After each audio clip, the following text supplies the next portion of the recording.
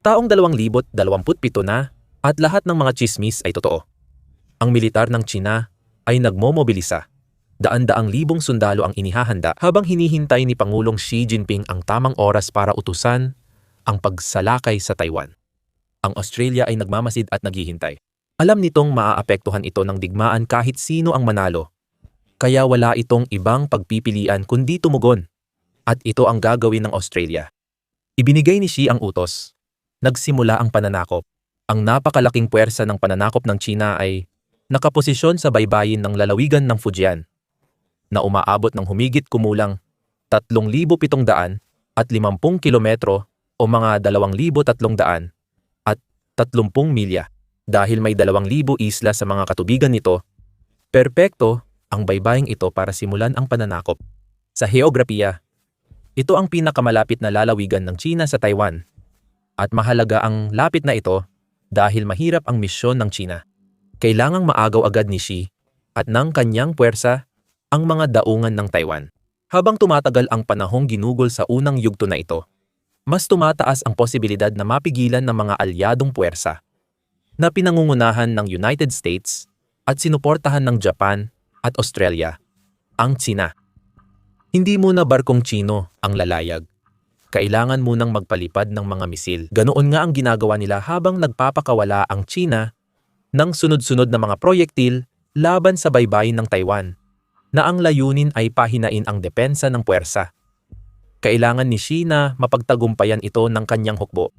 Pinakamatinding tinamaan sa pag-atake ang hukbong dagat at himpapawid ng Taiwan, kung saan posibleng mawala ang maraming barko sa 71 na mayroon sila kabilang ang ilang frigate, karamihan sa patrol vessel, at 1 o 2 destroyer. Tinatarget ng China ang mga base ng himpapawid sa Taiwan para mapabagsak ang mas maraming military aircraft ng bansa. Ang 258 fighter jet ng Taiwan ang pangunahing target dito. Kapag mas marami silang nasira, mas nagiging bukas ang himpapawid para sa mga fighter at attack aircraft ng China. Nagulat at nasaktan ang Taiwan. Ngunit alam ni Xi na simula pa lang ito ng laban. Matapos ang missile attack ng China, inactivate ng United States at Japan ang kanilang puwersa sa Indo-Pacific. Lumipad mula sa mga base ng Hapon ang mga bomber at inatake ang Fujian gamit long-range cruise missile at bomba. Nagpadala ng barko ang Amerika at Hapon para pabagalin ang China. Aabutin pa ng oras bago makarating ang mga barko sa Taiwan Strait, kung saan maaari silang magkaroon ng aktibong epekto laban sa mga puwersa ng China. Pero kung mapapabagal ang fleet ng China hanggang sa punto na hindi agad-agad masakop ng militar ng bansa ang Taiwan sa loob ng ilang araw, magkakaroon ng pagkakataon ang Taiwan. At dito papasok ang papel ng Australia. Walang hukbong dagat ang Australia na kayang manguna sa buong mundo. At wala rin itong hukbong dagat na kayang direktang makipagsabayan sa China. Ayon sa Global Firepower, may 776 na barko ang hukbong dagat ng China, habang 45 lang ang kayang ilaban ng Australia. May aircraft carrier din ang China, 10 ulit na mas maraming submarino, at maraming dagdag na destroyer at frigate.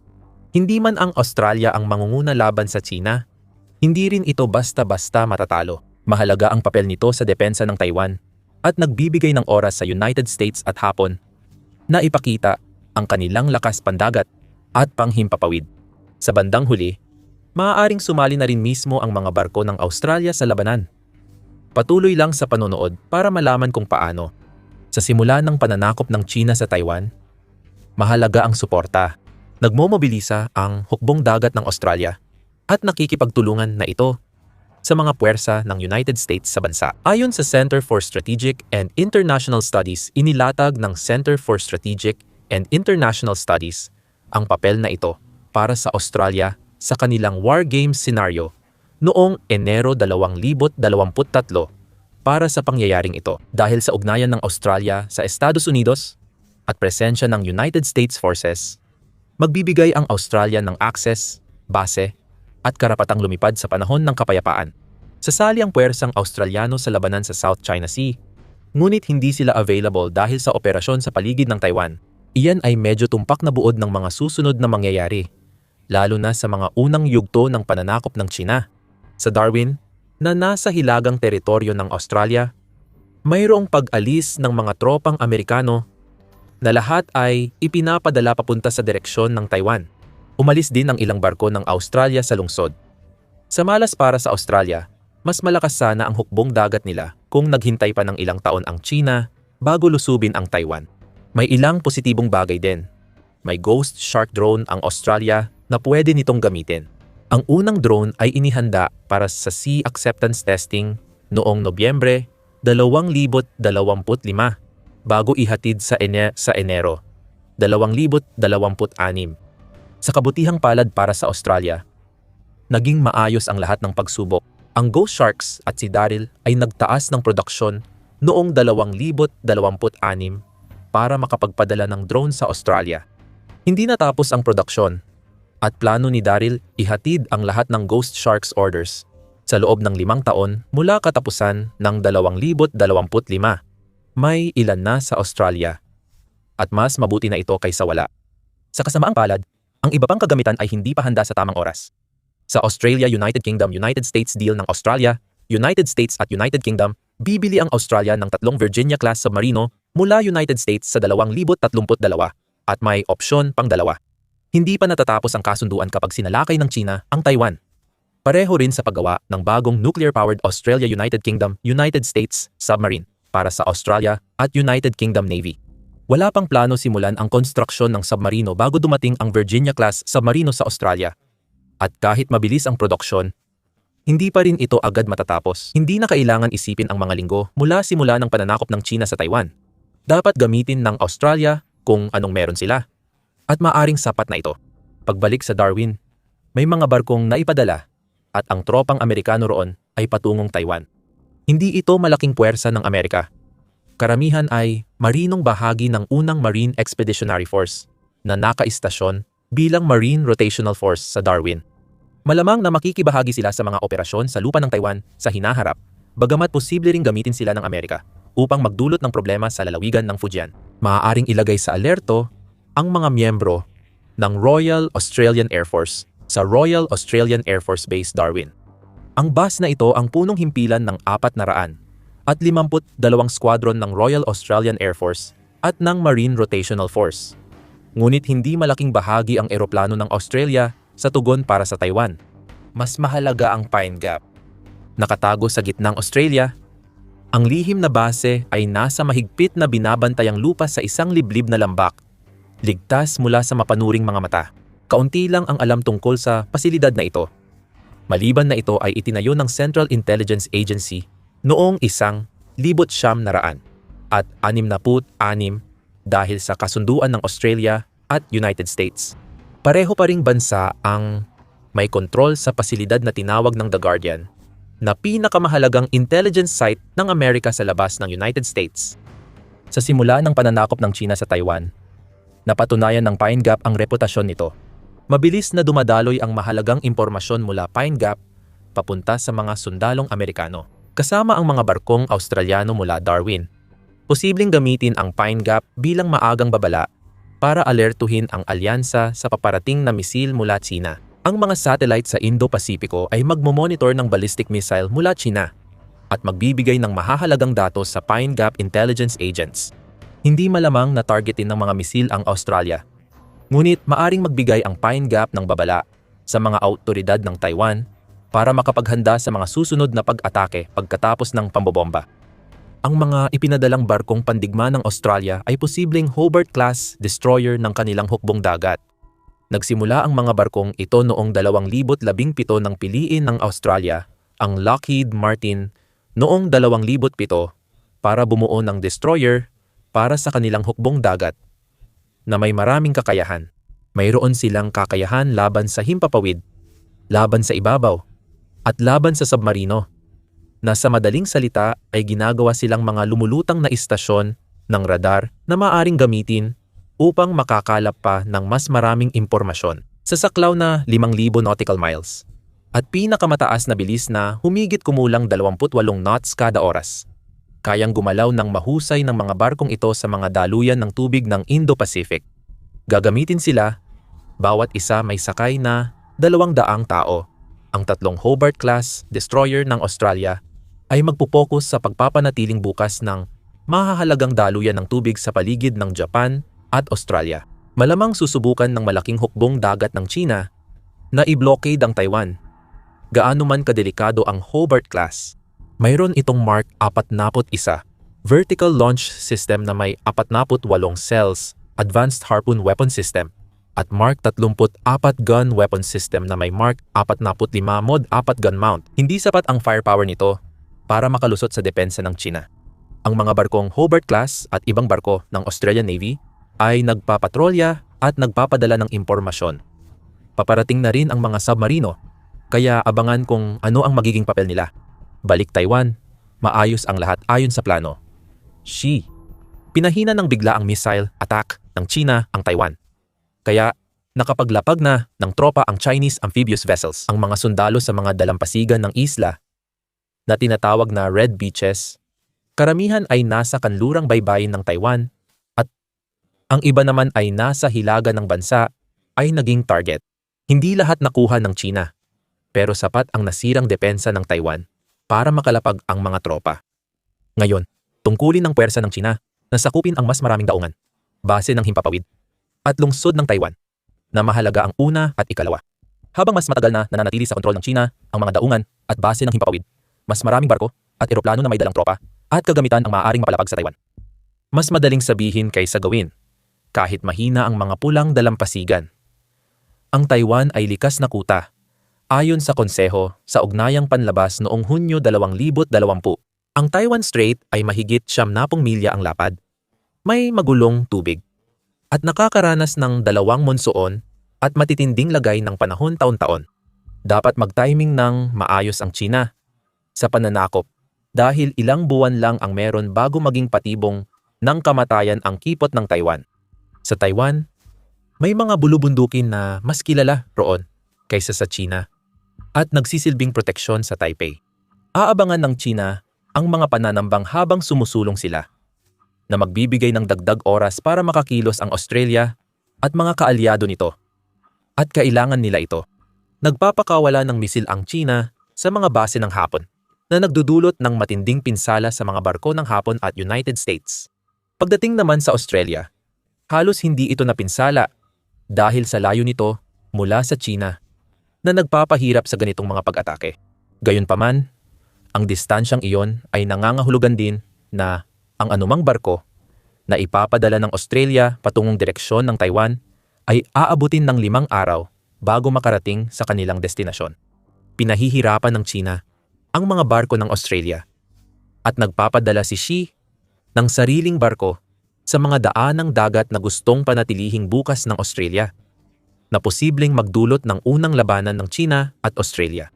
Kailangang panatilihing bukas ng mga barkong iyon ang daanang dagat. Dito pumapasok ang puwersa ng submarino ng Australia.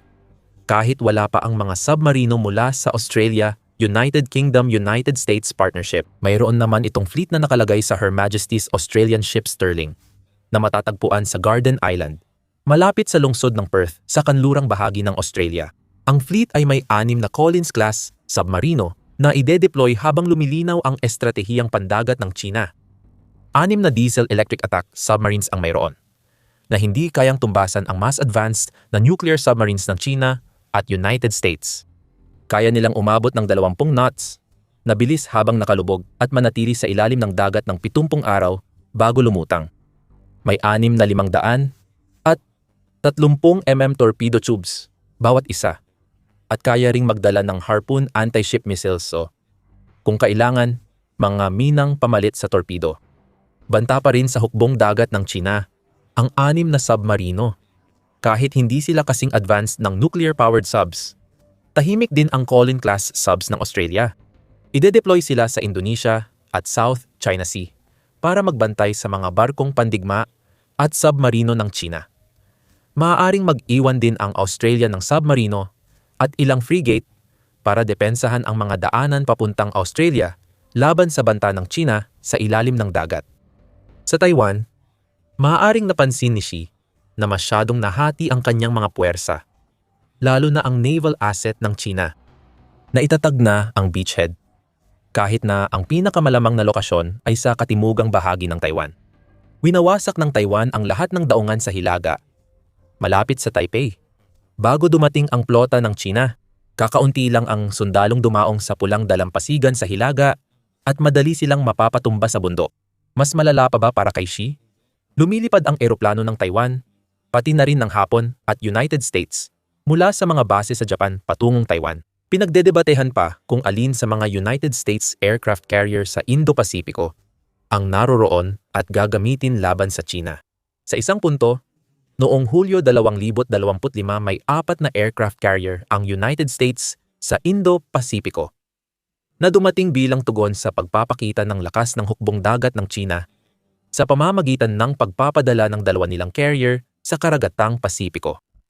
Posibleng may impormasyon ang United States ukol sa planong maagang pag-atake ni Xi, kaya maaring may American carrier sa mga dagat malapit sa Taiwan. Ilang linggo matapos magsimula ang pananakop, nakikipag-unahan na ang China kay Tai. Dahan-dahang binabasag ng mga barkong kanluranin ang naval blockade ng China sa Taiwan. Ang pagtatayo ng beachhead ng China sa timog Taiwan ay ibig sabihin kailangan pang maglakbay ng malayo ang mga sundalo para marating ang mga infrastruktura. Ang puwersa ng Taiwan ay sumusulong patimog upang salubungin sila, madalas sa mga kagubatan at kabundukan. Kailangang maglanding agad ang China ng mas maraming infantry at kagamitan bago mabasag ng mga alyadong puwersa ang depensa at targetin ang kanilang beachhead. Ang digmaan sa Taiwan ay nagiging pandaigdigang labanan. Habang nangyayari ang lahat ng ito, maaaring magsimulang makialam ang Pilipinas. Ayon kay Romeo Browner, hepe ng Sandatahang Lakas, noong Abril 2025, hindi maiiwasan ang pakikilahok ng Pilipinas kung lusubin ng China ang Taiwan at makialam ang mga barko ng Pilipinas. Posibleng magpadala ang Australia ng mas maraming hukbong dagat para tumulong sa mga kaalyadong umatake sa mga barko ng China sa Taiwan Strait. Nagsimula nang magpadala ang Australia ng mas maraming eroplano. Lumilipad na ang 13 P-8A Poseidon Maritime Patrol aircraft nila para muling magbantay sa karagatan bilang suporta. Lumilipad mula sa 15 milya hilaga ng Adelaide sa katimugang Australia. Maraming gamit at epektibo ang mga eroplano. Ang pangunahing tungkulin nito ay anti-submarine at anti-surface warfare, lalo na sa pananakop ng China sa Taiwan. Pwede ring gamitin ang eroplano sa search and rescue. Bukod sa maritime intelligence, tumutulong ito sa Australian at kaalyadong Navy habang umaatake sa hukbong dagat ng China. Tinulungan ng MQ-4C Triton drone, nagbibigay ang Poseidon ng situational awareness. Pwede ring gamitin ng Australia ang maliit nitong fleet ng C-100 at 30 at C-17 transport plane para maglipat ng kagamitan at tropa ng Allied Forces. Ang kakayahan sa lohistika na iyon ay magiging mahalaga kapag tuluyan ng nabasag ng United States at Japan ang naval blockade ng China sa pamamagitan ng mga pag-atake ng missile mula sa mainland ng Japan at tuloy-tuloy na airstrikes na posible dahil sa mga aircraft carrier ng Amerika. Patuloy na nagbibigay ng intelihensya at suporta ang Australia. Ang natitirang mga yaman ng mga kaalyado ang siyang gumagawa ng tunay na pinsala. Dito na pumalpak ang pananakop ng China dahil nauubos na ang kanilang mga anti-ship missile matapos magamit ang halos 400 Dongfeng, 26 projectile at marami pang ibang sandata. Kaunti na lang ang opsyon ng China sa pag-atake sa mga kaalyado sa Taiwan. Naipit ang mga sundalo ng China sa labanan sa mapanganib na lugar na ginagamit ng Taiwan para ipagtanggol ang mahahalagang himpilan ng militar. Sa Australia, patuloy itong ginagawa ang dating gawain. Mas napapadali ang trabaho ng support vessel at eroplano habang lumiit ang hukbong dagat ng China. Kailangan nang ipadala ni Xi ang mga barkong dating nag-ooperate sa labas ng Taiwan papuntang Taiwan Strait para palakasin ang blockade. Hindi ito sapat. Nagpadala rin ang surface fleet ng Australia sa Taiwan Strait at sumali sa pagsira ng amphibious fleet ng China. Problema ito para kay Xi. Kailangang agad magbigay ng malakas na dagok ang China. Kundi mauuwi ito sa digmaang pag-ubos ng lakas. Kapag nabigyan ng sapat na oras ang mga tagapagtanggol ng Taiwan, kayang pahinain ng Allied Forces ang hukbong dagat ng China hanggang mawalan ito ng bisa. Sa pagbubukas ng Taiwan Strait, dumarami ang nasisirang barkong Chino. Pwedeng makisali ang Australia, Pero mas mahalaga ang suporta nito sa buong pananakop. Na-realize ni Xi na napasubo siya. Kung Taiwan lang ang kalaban, baka manalo ang China at magkaoras silang magpadala ng sundalo roon. Kung hindi lang nila iniisip ang reaksyon ng United States hapon at Australia, dapat mag-alala ang China. Hindi nagtagumpay ang pananakop ng China dahil sabog ang puwersa at marami ang target. Bagamat hindi pangunahing tagapagtanggol ng Taiwan, mahalaga pa rin ang papel ng Australia sa Allied Forces para mabawasan ang pinsalang dulot ng China sa Taiwan. Isa lang ito sa posibleng senaryo kung lusubin ng China ang Taiwan. Pero tiyak na lalahok ang Australia sa karamihan ng mga ito. Kung umatras ang Australia at manood lang, mababagal lang ang tiyak nilang pagkakasangkot sa laban. Ayon ito sa Australian Strategic Policy Institute na diretsong sinabi pa noong 2025, malaking kulang sa debate ng Australia sa Taiwan ang simpleng tanong na, makikialam ba tayo o hindi? Na parang, ang gulo ay sa Taiwan lang mangyayari. Ayon sa think tank, mas magiging komplikado ang isang pananakop. Ang sagot ng Australia, makikialam tayo. Masyadong mapanganib ang iba pang opsyon. Kapag nagtagumpay ang China sa Taiwan, magbabago ang balanse ng kapangyarihan sa Indo-Pacific. Si Xi rin ang posibleng magpahinto sa mga ambisyon ng China sa Taiwan. Nagagulo sa China nang mag-aklas ang ilan sa mga pinagkakatiwalaang tagapayo militar ni Xi para agawin ang kapangyarihan. Nagbabala ang mga tagapayo laban sa pagmamadaling salakayin ang Taiwan. Ngayon, wala nang pumipigil kay Xi, kaya mas malaki ang problema para sa China kaysa alam ng kanilang presidente. Alamin pa sa aming video. At kung nagustuhan mo ang video na ito, siguraduhing mag-subscribe ka sa The Military Show para hindi mo ma-miss ang mga susunod pa. At maraming salamat, gaya ng dati, sa panonood.